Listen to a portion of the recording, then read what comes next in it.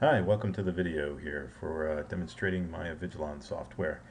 I know I tried to find some other videos online for Swan and Hike Vision and QC. It's just really hard to find some videos that demonstrate their software. And as a consumer, when you're picking these other different platforms that are out there, you don't know what it looks like when you're getting into it. So I strongly suggest, even if you're dealing with a local surveillance camera integrator that can come out and install the product for you or try and sell you on the solution, I would highly recommend that you ask for a demonstration. I do demonstrations on my software and cameras all the time to businesses.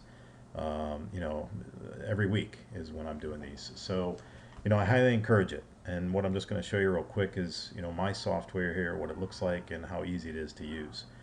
So when you log into the software using a Windows computer, using your laptop, it's going to look like this.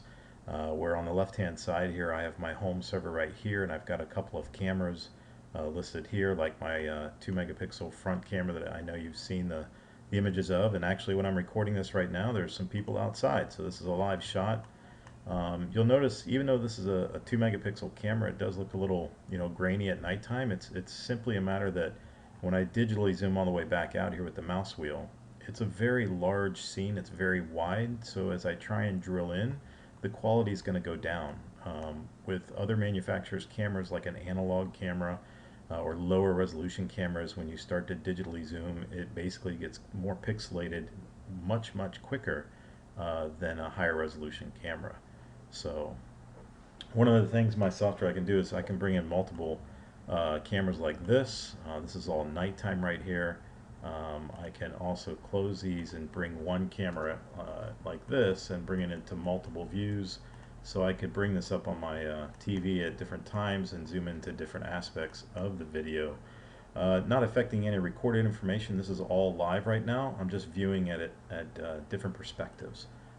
Or I could take this one panel and change it from live to recorded video. So now right here, this is recorded video. So if I come back here on my timeline of recorded video down below and scroll all the way out with the mouse wheel, you'll see I have several days of recorded video where I can just drag my mouse bar here and just scrub through it real fast, what we call it, and look at recorded video. These people are not leaving, so I'm kind of curious. Now they are. All right. So the other thing that I can do is, in the software, is you have these different types of setups like this that you can choose different panel layouts. Maybe I have a whole bunch of cameras listed here in my house, or maybe I just have a few. You can get very customizable with this as well. I can edit my layout, sort of like an Excel spreadsheet if you've ever played around with that. And I can make it a 3-panel system like this. Um, so the other thing, like I said, these are all live right now, or I could change it to recorded information. Maybe if you have multiple homes, then I could basically log into a different server, all from one screen. And this is going across the internet. So if I clean this out like this, I could scroll down here and bring in different camera views from different locations, as well as my own home cameras right here. So whether you have multiple residences or maybe a business or something like that, there's no problem bringing in multiple servers. So this is a live shot from Georgia right now. So let me close this here real quick. Let me just show you how you might do a search. If something is happening that you want to find out. Let's say, for instance, I'm going to click this plus button up here. I'm going to go to what we call a pixel change search, which means we're looking for anything to do with motion changes in the scene. I'll do my front house here just to keep it more in the neighborhood. If I wanted to basically look for any time somebody came in this specific area, maybe the car's parked like this, like that truck just did, or anything of that nature, I could draw a green box around this section. I could look for multiple areas in the scene as well, but I'm just going to do right here.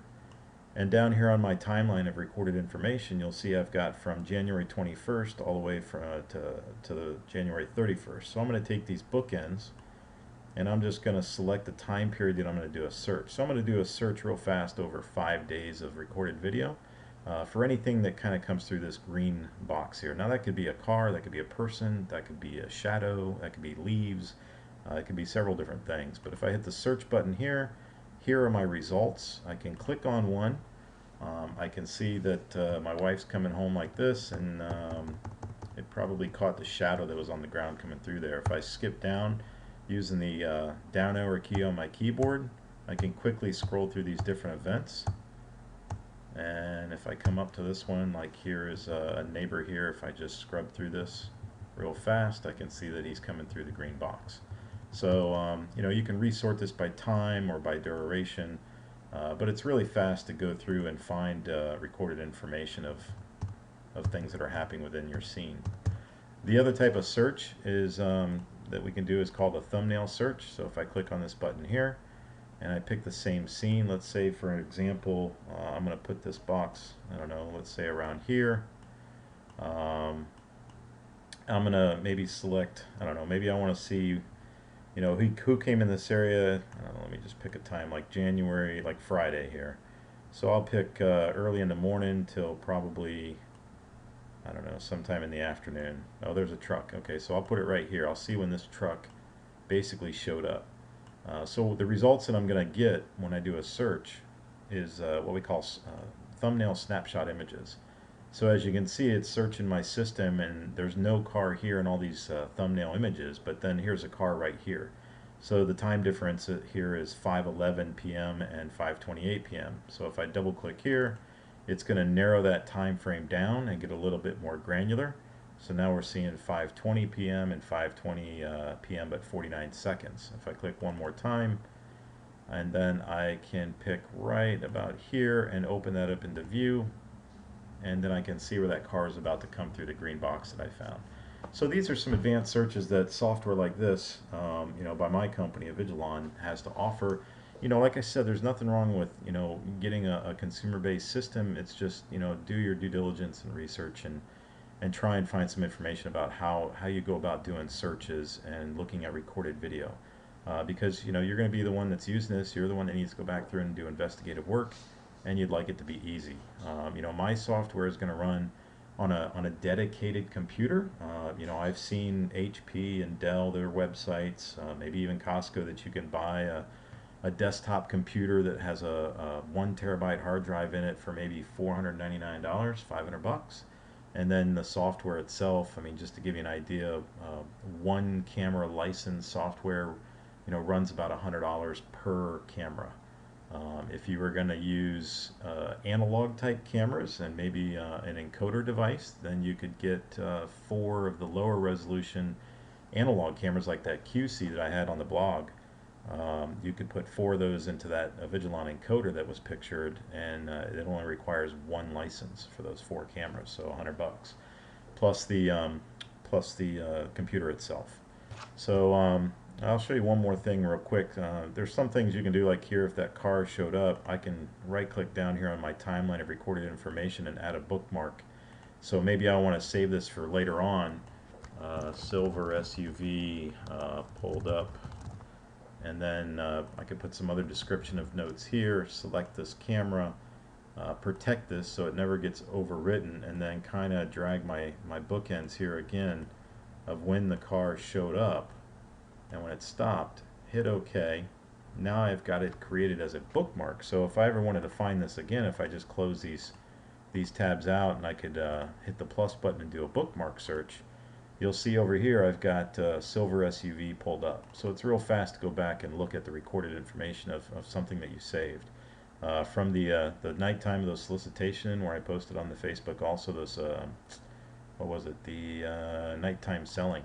So here I have this as a bookmark saved, just in case I ever need to come back to it.